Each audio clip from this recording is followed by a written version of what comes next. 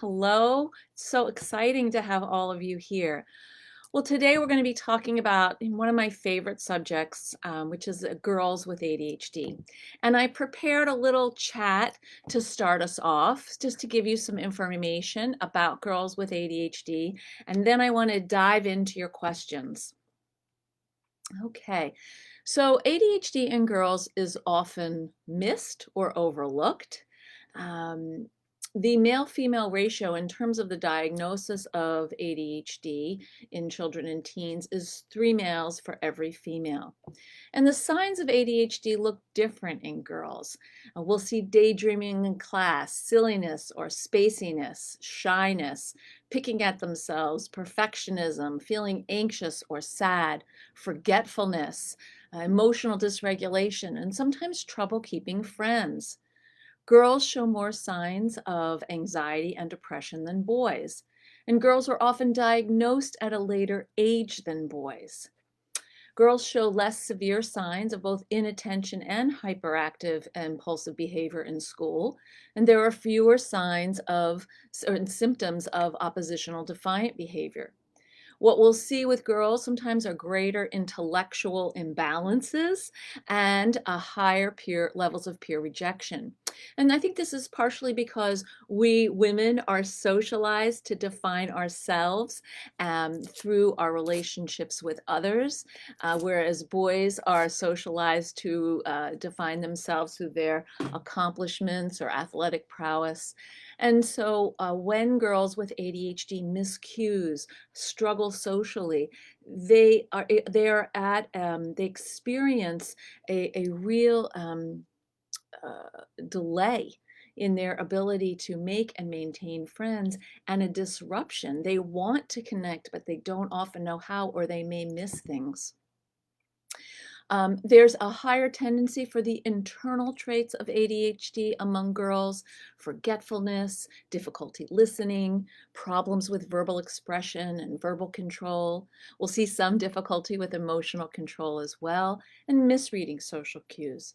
This is really difficult, this misreading social cues and the challenges with verbal expression or control, because girls relate primarily through verbal connections.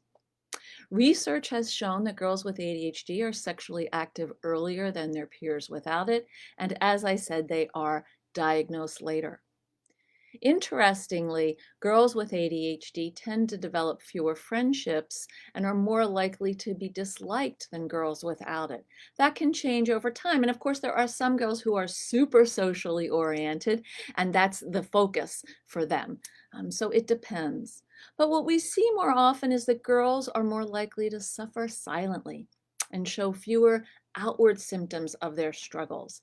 And teachers and parents may miss seeing ADHD because the girls are flying under the radar. They're not drawing attention to themselves. Shame is a huge factor for girls with ADHD. They're ashamed of their difficulties and they're overwhelmed by the frustration or fear about possible negative outcomes. And some girls with ADHD will do anything to avoid disappointing friends and family, including themselves. One of the most important things that we have to do with girls with ADHD is not just normalize their challenges, but identify them. And that's why getting an assessment is so important. Where are their challenges? Do they have that with in-person difference where they're really strong in some areas and just weaker in others? That occurs 35% of the time for kids with ADHD. What is their executive functioning age? So they may be 12, and in some areas they may act like they're 12, but in other areas we're going to see that 30% delay, and they may act more like they're 9. What's going to help girls?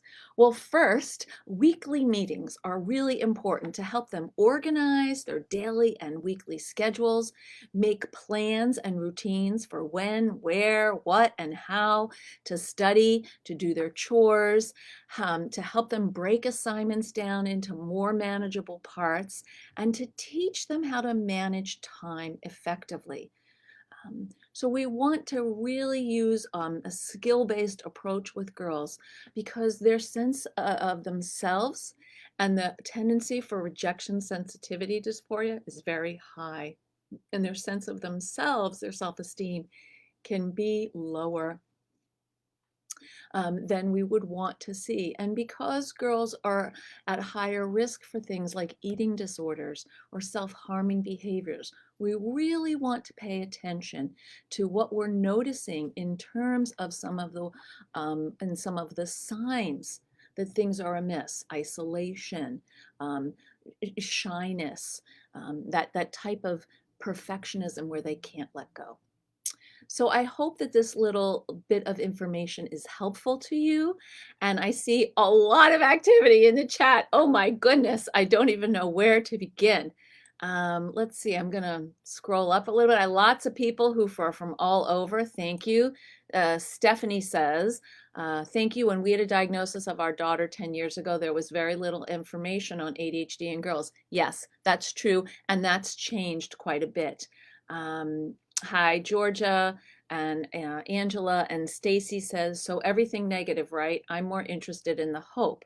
So I'd like to know what you're talking about, because I actually want to focus on hope, but I think we have to identify what are the signs, what are those flags, so we can attend to the challenges and shore up the strengths. Stephanie says, this was one of the hardest things to help our daughter with. Other parents judged her, missed social cues. Right, so one of the challenges that's really hard for girls, particularly because so much of their self-esteem is tied into their social relationships, their friendships. That's how we women are socialized, to define ourselves, is we really need to focus on social cues, social emotional learning tools, particularly. So eye contact, basic responses. If you don't know, if someone's saying something and you need them to repeat it, what are you going to say? How close do you stand to someone? In our culture here in the United States, it's about 3 feet. How do you ask questions? How do you wait for responses? These are all basic aspects of interactional skills that we want to teach our girls.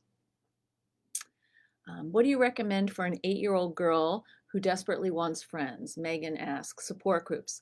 Well, first of all, I would want to talk to her teacher, because I'm wondering what the teacher's observing in the classroom and if there's a way to pair Megan with some girls who are like her, because that may take some of the pressure off. If we sit Megan down next to the most popular girl in the class, or the girl with the best social skills, that may be intimidating for her. Can she team up on a project with some other girls who may struggle a bit socially and need some help? I think support groups can be useful. Friendship groups are helpful. I've also found that a lot of girls in my practice really like improvisational theater. And this is a way to kind of draw them out, because improv is all about reading cues and responding. And this can be a great way for girls with ADHD to learn how to interact more specifically and have fun with it.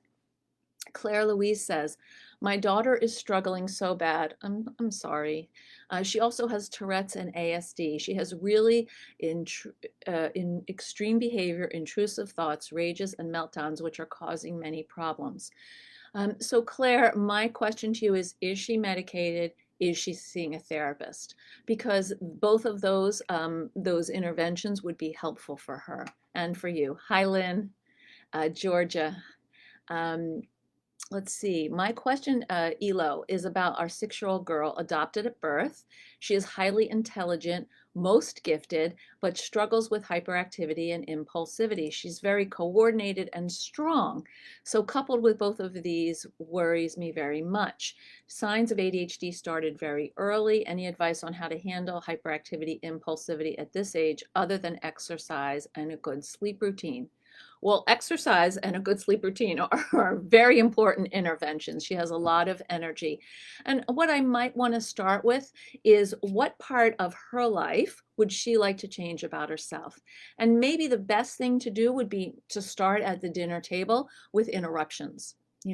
How to pause, how to take a breath, Practice take back of the day. You know, there's something that she says that she can actually take back and shift. That would be useful. But I would work with her together on picking one thing about herself that she'd like to see different, and then working with her on that, because you'll have more buy-in and likely more success.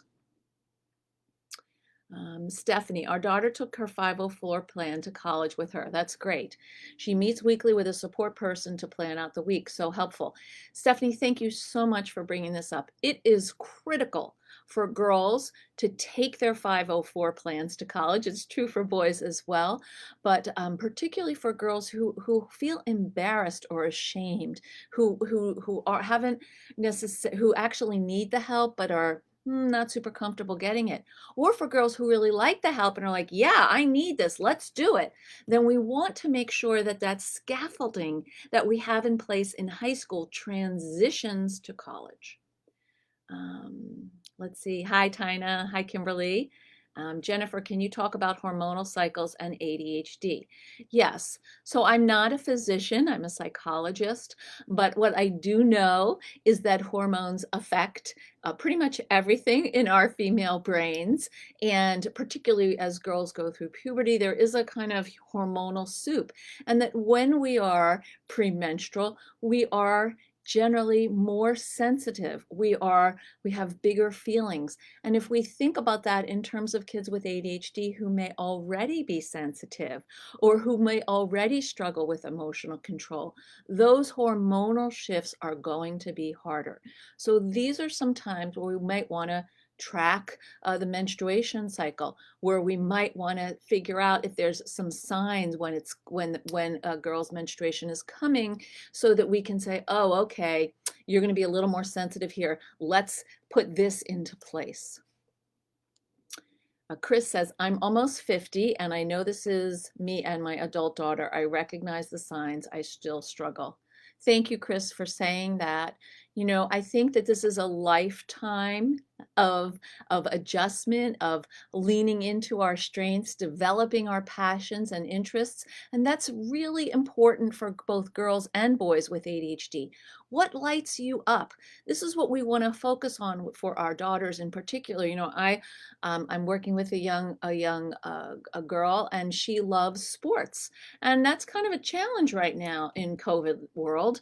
But you know, her mother's doing a fantastic job of getting her to do like individualized sports. So whether it's fencing or golf or tennis, she's able to be out there, and her prowess in these areas allows her to have a good sense of herself. It's not the same, you know, it's not always translated to school, but having that sense of, oh, I'm good at this, you carry that confidence into, I'm good at some things, I can learn how to do a better job at this thing that's challenging for me. Rebecca, my daughter took an AVID class in high school and it helped. Now her 504 plan followed her to college, tutoring, meetings, and Concerta. That's fantastic. Kathy, it's so much harder for our daughter since puberty. Yeah. With my ADHD combo boy, puberty helped tremendously. Isn't that so interesting? So, you know, we don't know how hormonal shifts are going to affect our kids. But what I've seen a lot in girls I've worked with who go through puberty is, when they go through puberty, is that as they go through it and on the other side, they really struggle with emotional regulation around the time of menstruation, and sometimes after that as well, that they have these bigger feelings, this tidal wave of feeling, and they struggle with how to manage that. And so we really want to teach specific tools, and whether that's taking a break. You know, in my book, What Your ADHD Child Wishes You Knew, I talk about stop, think, act. So we make a plan in advance of the meltdown for how we're going to deal with the meltdown when it occurs. Tiana says 30 years old and still have no time management skills, LOL. Late diagnosis, so I know how much early intervention is important. Can't imagine what life would have been like otherwise.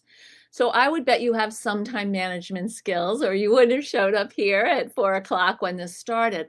And so, teaching time management is a really important thing to teach girls.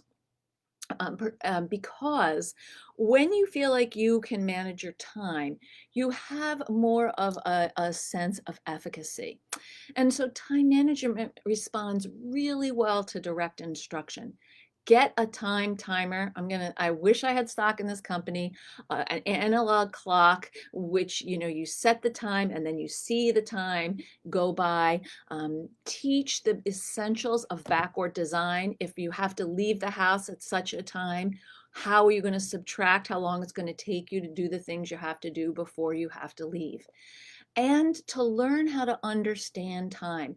Kids with ADHD do not feel time. There's a time blindness. So let's use our technology to help us set alerts, set alarms, think about how long, observe, gee, I'm going to sit down to do my math homework. How long is it actually going to take me to do, 10 problems? So that we can start to associate time with activity. D, you said it sounds like autism and not ADHD. Well, a lot of kids with ADHD struggle with aspects of social life and as well as kids who are on the spectrum. So there can be overlap. The eye contact thing needs to go. So you can't, your daughter, Kimberly says, so eye contact is difficult for her. So what we might want to start to do for kids who struggle with eye contact is a quick glance. You look at them, they look at you briefly, and then they look away. We want to help them practice how to do that. And that's going to take time. And there's really nothing to doing it except for practice. And that's something that actually can happen with you, or it can happen in therapy. And yes, let's see. Tanya says 40 years old with ADHD and 3 boys with autism and ADHD in Australia, no real help here. I'm so sorry, and I'm so glad you're here, Tanya. So, maybe we'll do a session on the autism ADHD link in the future. I see that there's some people who are interested in that, so thanks for bringing that up. And thanks for showing up here. Adhd is a tremendous resource. They don't pay me to say this. I just love what they do, and they do it on a very tight budget, and they produce incredible resources. So thank you, Adhd. What tips do you help coaches with girls with ADHD? So are you thinking about coaches like ADHD coaches, or coaches that have to do with athletic endeavors? So I'm not sure what you're asking, Angela. Please come back. Lori, my daughter is really struggling with school. So many kids are right now. She is intelligent, but doesn't seem to care about getting grades. She does the bare minimum, and I have to stay on her about turning assignments in. I've tried to break down her assignments in manageable sections, but she doesn't seem to be able to handle it. She is 15 and in ninth grade. I want her to be successful in high school. Any suggestions? So Lori, what your daughter is capable of producing now in terms of work may shift if and when she goes back to school in person. Many kids with ADHD are not able to produce the level of work that they're capable of or they want to produce because they have Zoom fatigue, they have school online fatigue or online school fatigue, and they are worn out. So what we want to do is to figure out together with her and maybe with a teacher, what is the bare minimum? What's the new bar? And then when she goes back to school in person, you negotiate the next bar. Right now, we want to keep her self-esteem as intact as possible. And so many teenagers are struggling with anxiety and depression.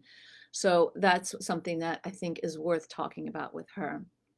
Rebecca, your active military duty, no meds. So that's all about executive functioning interventions. Jeannie, my daughter has ADHD, anxiety, depression, emotional regulation issues, rejection sensitivity, poor self-esteem, and feelings of failure. Wow, that's a list. Medication is not helping. Therapy doesn't much help either. I would love to find a teen group for her.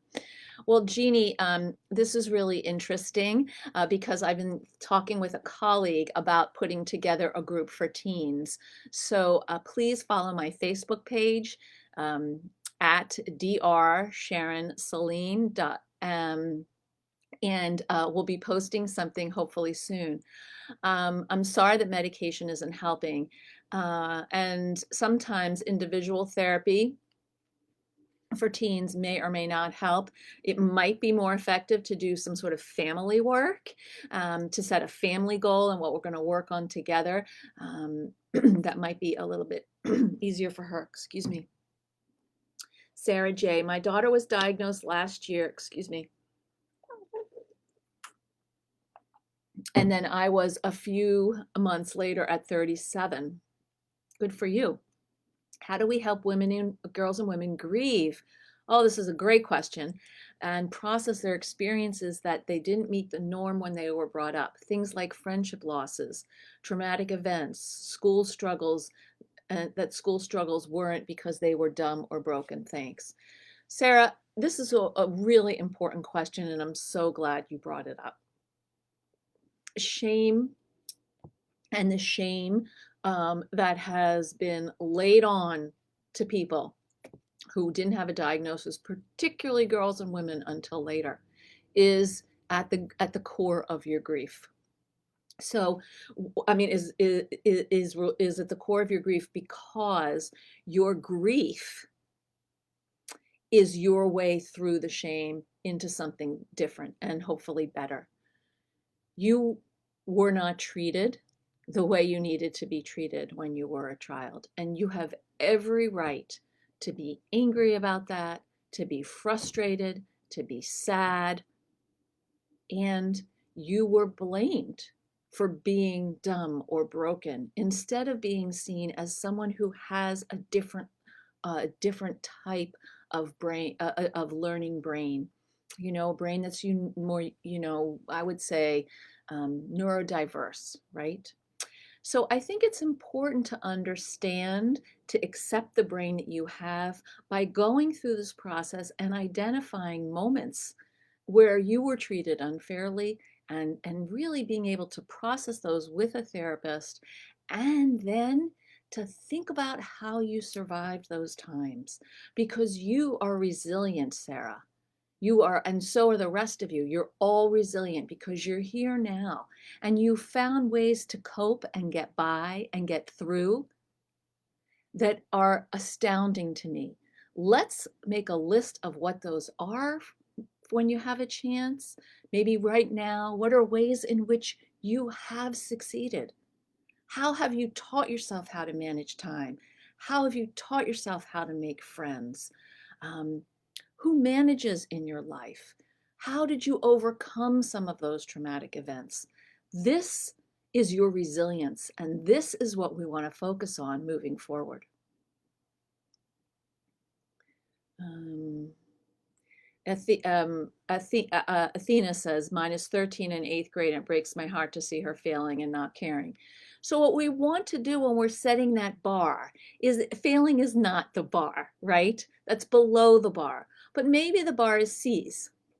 Maybe before it was A's, but maybe now it's C's. I have a client who, pulled all of the 504 strings that she could to get her 10th grade son, who's depressed, back into high school every day. And this child is he's a different child. Sometimes he's the only kid in the class. He doesn't care.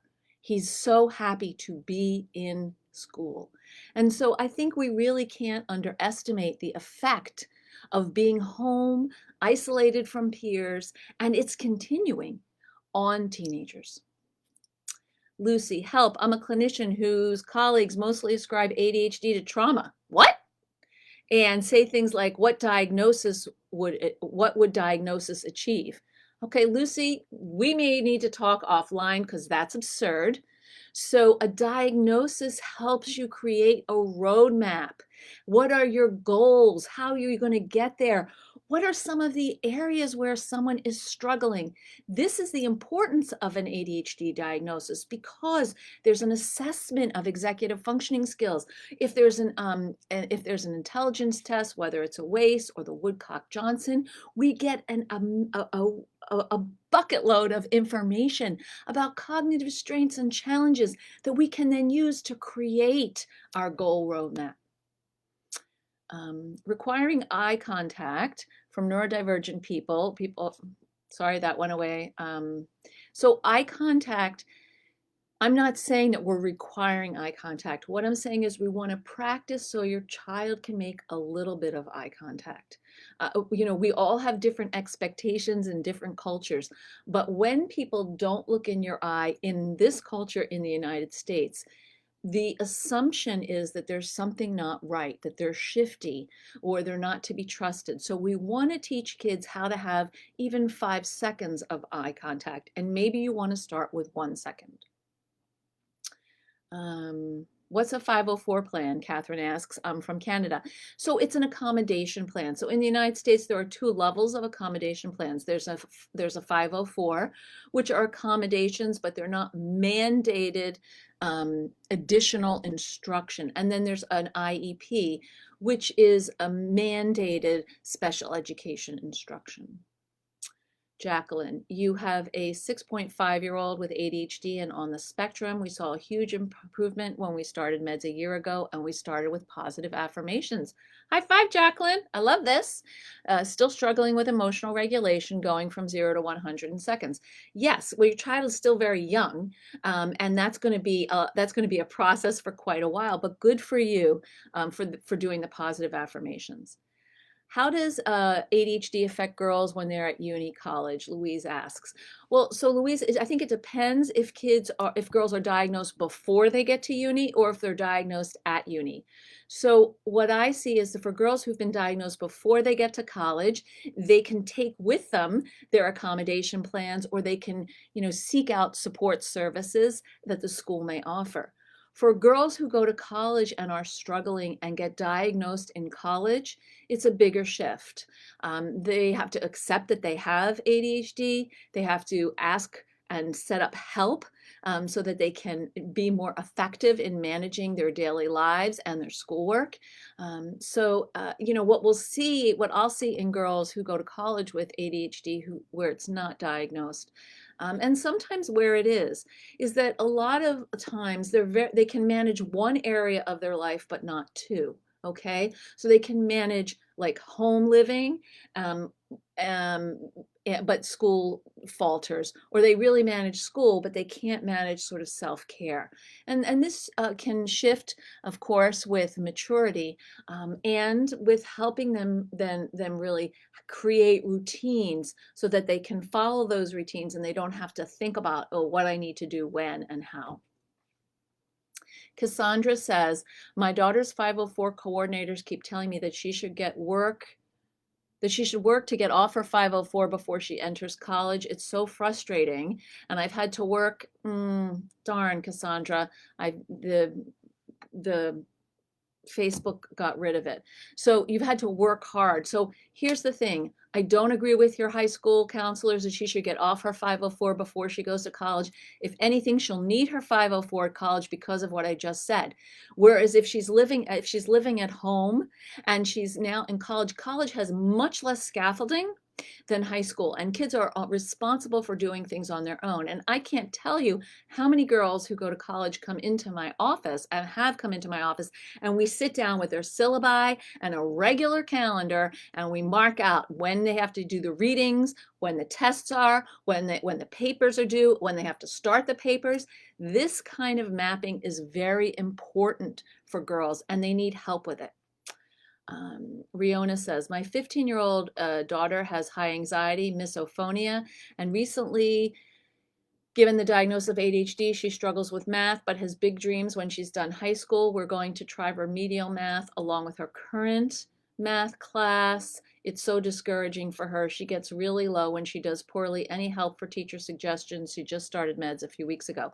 So if she's good at other things, I would actually, of course, you need the remedial math so she can pass math. But if she's good at other things, let's try to grow those areas, those interests. If she likes to write, let's sign up for a creative writing class. Something where the things that she's good at can really blossom, and we will just, attend to the things that are challenges for her so that she can get by. Megan says, I'm having a hard time accepting medication for my daughter. Can ADHD be tamed for medication? Okay, these are coming by so fast. This person from Ireland, thank you so much for watching. Send your question again. Okay, so I don't understand what that question was about medication be tamed, so please ask it again. My daughter uses her phone timer for 10-minute increments to get ready in the morning. That's fantastic, Stacy. Brittany, I have a newly diagnosed, almost 8-year-old daughter. What is the most important thing we can start to do to start helping her? Routines. Routines and clarity about expectations, as well as affirming that all types of brains are fantastic. And hers is wired perhaps differently than someone else who's wired than someone else. We want to accept the brain she has. And for a lot of girls with ADHD, that means coming up with a name that's not ADHD. That might be fast brain, that might be dreamy brain. What actually is her experience of her brain? Because then she can own it.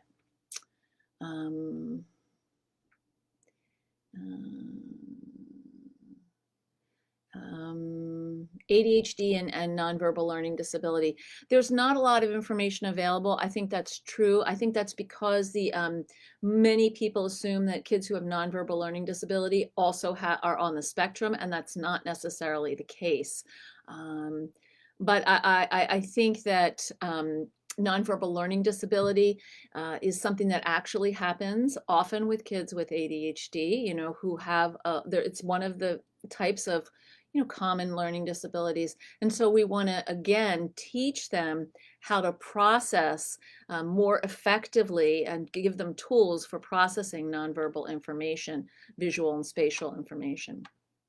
Brenda, our pediatrician doesn't want to diagnose my daughter. Said it's just her being a kid. I did research, and then the pediatrician diagnosed her, and your question disappeared. I'm so sorry. I'm glad to hear that you got the diagnosis. Our daughter has always struggled with her emotions, particularly anger, overwhelming her. She's now 14. Is this normal for an extreme ADD child? Well, a lot of people with ADHD struggle with emotional control. And so I would say that is normal for people, for kids and girls and boys with ADHD.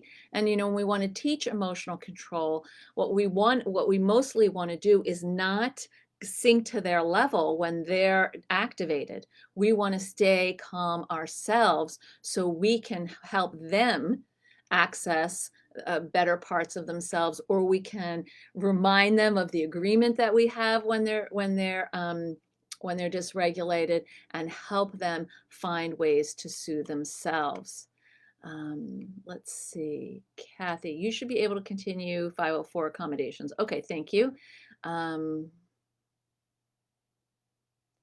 Let's see, diet and nutrition are crucial. Hope this might help your daughter. Okay, yes, it's always great.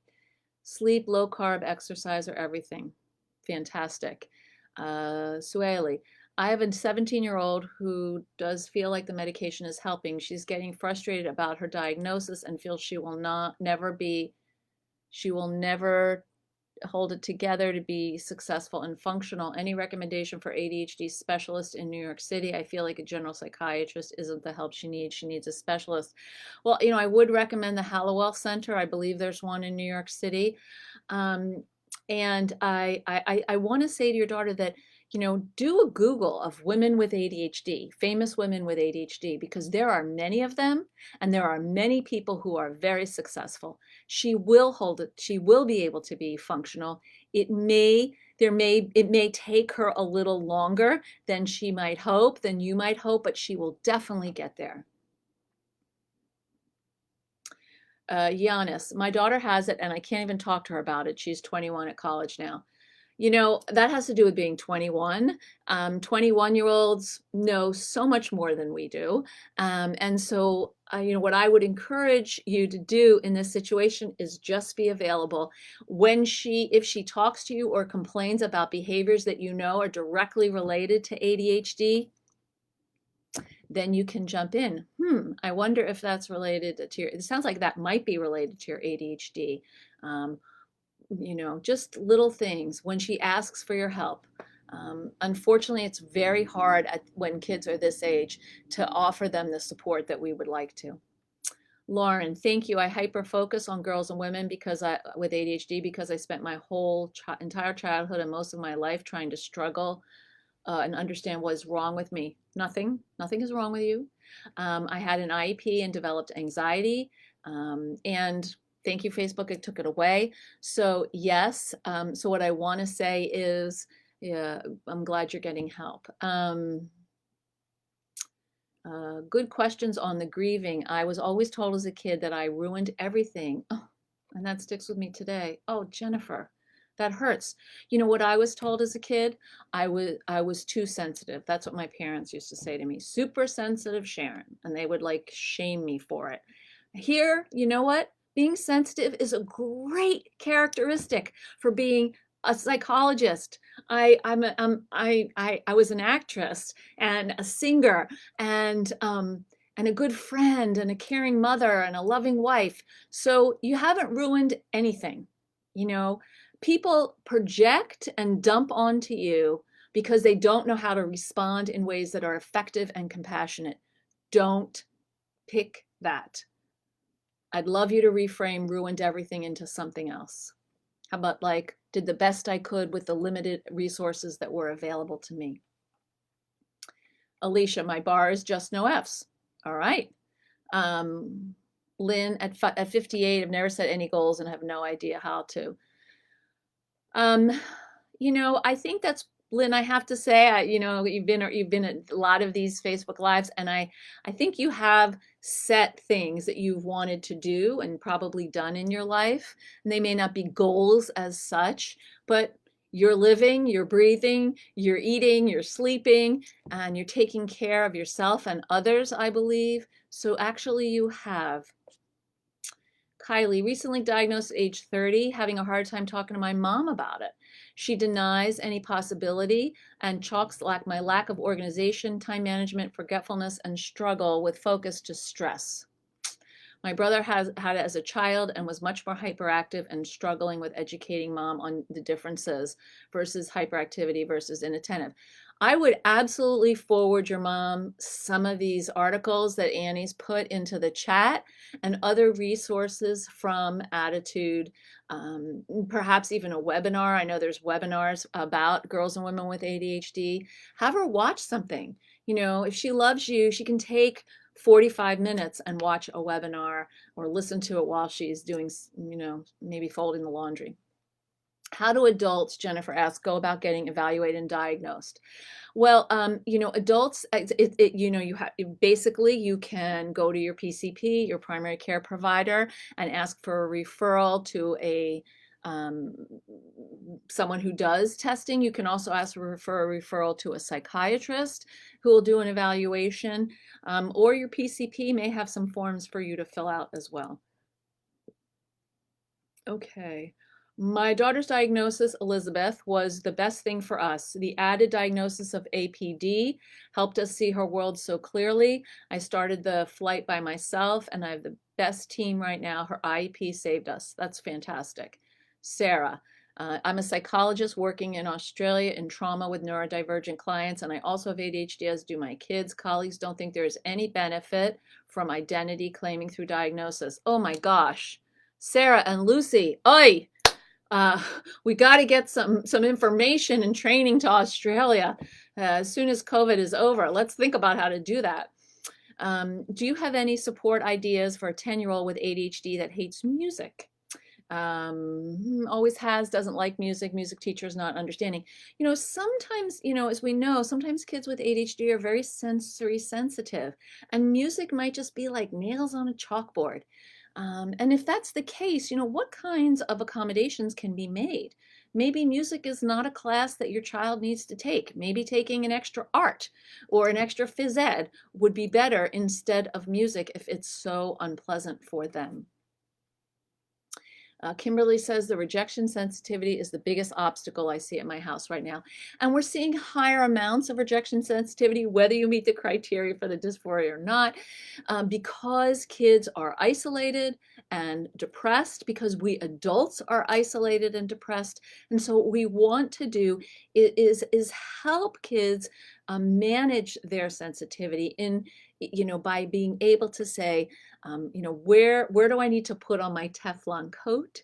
How do I want to respond when someone says this to me? Do I need to let this in as the truth? Do I have my own truth? My dad always says there are three sides to every story: yours, mine, and the truth. And I think a lot of times for women who are rejection sensitive, we take someone else's word as the truth, and we dismiss our own perceptions. Jenny, I have a middle school age kiddo that just got her IEP for EF. We fought for years. What terms should I use to get her help with her handwriting? A dysgraphia is a learning disability, and if she has trouble with handwriting and she has trouble, does she keyboard? Because keyboarding can be super useful for kids with ADHD instead of handwriting. Handwriting is a motoric action, and it can be very difficult for some boys and girls with ADHD. So let's get her keyboarding as much as possible. Solely. Do you think there's any connection between ADHD and digestive problems like lactose intolerance? What food is usually not good for kids with ADHD? I actually don't know the answer to that question because I'm not a physician. But I think, if your child is struggling with certain types of food and digestion, I encourage you to talk to your physician. Heather, recently diagnosed 16-year-old, very resistant to all help support, medication therapy, academic support. Any recommendations? In situations where a teenager is resistant, I encourage you to go to family therapy with someone who really understands ADHD, because they are mad. They're mad at themselves. In a way, they're mad at adults for not finding this out sooner so they didn't have to struggle all those years. And they don't want to be different. They don't want to have a diagnosis. As one girl said to me, nobody wants to have a disorder. Who wants that? Who wants to have a disability? And she says, I think of it as an inability, because we all have abilities and some are better than others. So if you talk about it, because when a child in a family is diagnosed with ADHD, the family is diagnosed with ADHD. So we all are going to have to shift and understand what it is. Lori, I helped my daughter with her schoolwork and her planner. She has no interest. She's very disorganized. She's in school 4 days a week. I received an accommodation for this, but she's still behind. Is she receiving special education services? And if not, why not? It's very important right now as parents to not lie down, to basically say, this isn't working. We need more. My daughter needs more. What are you going to provide? You also might consider, for kids who are, up to 11th grade, often National Honor Society students need to get community service hours, or college students. I went online just to look for a client, and we saw so many college students offering to tutor at very reasonable prices. So you may be able to get a high school student to do it for free for community service, or a college student at a reasonable price. Hi, Harlan. I think my earlier comment didn't publish. It seems that medication for girls is couched as mental health, and for boys, inhibiting some natural but overblown boyness. Well, that's very interesting.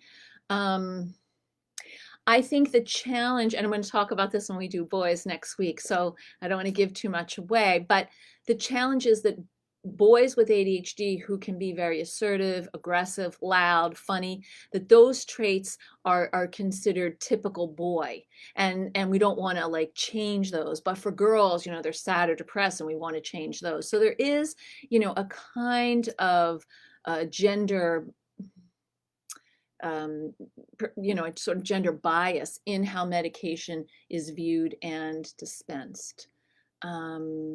Alicia, sorry, Alicia. Newly diagnosed 8-year-old daughter, what's the important thing that you can do to start helping her? I think I answered that question. Megan, can ADHD be tamed without medication? I see. I have my hard time accepting that my daughter is in need of it. So that's up to you. ADHD is a biologically based condition related to the neurotransmitters dopamine and norepinephrine. We can certainly teach executive functioning skills, and the brain's development is in our daughter's favor, but the absorption of those skills and the holding on to those skills happens more efficiently and effectively for kids who can take medication. So yes, it can be tamed, and there, it requires extra effort. Christine, how does maturity and ADHD work? My now 12-year-old is performing much better in school in 6th grade than she did when she was diagnosed in 4th grade. She went last semester off medication and did really well considering, but keeping her room organized last semester is another thing, LOL. So again, everybody's different, but maturity is in our children's favor. As their brain develops, it's going to make, the frontal lobes are going to make stronger and lasting connections to the other parts of the brain. And so they will learn the skills they need as they grow and mature. Is medication, Tanya asked, is effective later in life? And if so, what medication? I can't make a medication recommendation, but I have found that medication can be helpful at any stage of life. Lynn Thomas, back in the day, students who struggling were put into a resource room with others who didn't. That's a bummer. A recent webinar by Attitude suggested we rename ADHD as VAST instead. They also said to describe it as a race car brain with bicycle brakes. When we're having problems, it's our brakes that are failing, not our brains. Right. So Neva, Ned Hallowell and John Rady wrote a book, and they've, came up with this idea of calling ADHD VAST, variable attention stimulus trait. If you want to use that, that's up to you. Ned has been talking about the race car brain with bicycle brakes for years and years, and I love that analogy because it's not the brain that's a problem, it's the brake system. I agree. Renee, as you stated, a girl can be 12, but executive functioning 9. How do you balance that with everyday tasks and expectations? She's super sharp on some things, way behind on others. Could this be considered twice exceptional, 2E? It could be. I don't know what her testing looks like. But the tasks that she's sharp on and she shows competency for at a 12-year-old level, that the expectations should be geared to her 12-year-old. The tasks that she struggles with and is showing you that she's more like a 9-year-old, those should be held at a 9-year-old level. And it's okay to have different levels for different tasks based on how your daughter's functioning is. Kim says, so many girls are having terrible social struggles at school. Yes, it's such a sensitive topic to navigate. You can't pull the plug on a friendship when many times they feel as though they have no friends, but some connections now are so toxic. What are you able to do about this? So this is a great question, and I'm probably going to stop with this question because we've gone over. There's so much to say. We'll obviously have to come back to this topic in a couple months. But what we want to do is we want to teach our girls that there are different types of friendships. So there are acquaintances, then there are friends, and then there are best pals. And who actually shows up? What does a friend look like? What does a friend do? What does a best pal do? And an acquaintance. A lot of girls want to be friends with the popular kids, but those popular kids aren't nice to them. And for those girls, I want to say, find your own group. Create your own group of popular kids, because then you won't feel bad about yourself. They're not your friends if they make you feel bad about yourself and less than who you are. And this is very difficult to communicate to girls because They don't want to hear what their mothers have to say. What do we know? And so I want to remind you that you know a lot, and that our daughters will have to struggle a bit. And I had this conversation recently with my daughter, and that she felt that I was, too controlling when she was a teenager. She wanted to do whatever she wanted, and that I was uncomfortable with her failing or some of the risks she was taking. And she's 100% right. I wasn't comfortable. I didn't like those risks. And I was, I tried to sort of control or steer her away. And sometimes we agreed on that, and sometimes we didn't. But you are the adult in this relationship. And so, you want to remember to show up for your kids with compassion, with kindness, and with understanding, because many of you, it seems like, have also experienced or live with ADHD, even if you're just recently diagnosed. So you can understand some of the difficulties your daughters may be having, accepting it, understanding it, embracing it, and managing the shame around it. Thank you so much for joining me today. I'm Dr. Sharon Saline. Please check out my Facebook page at drsharonsaline.com and go to my website, www.drsharonsaline.com, for all kinds of free resources. And I also have a number of videos available on YouTube. Thank you so much. Have a wonderful weekend, and I'll see you next week.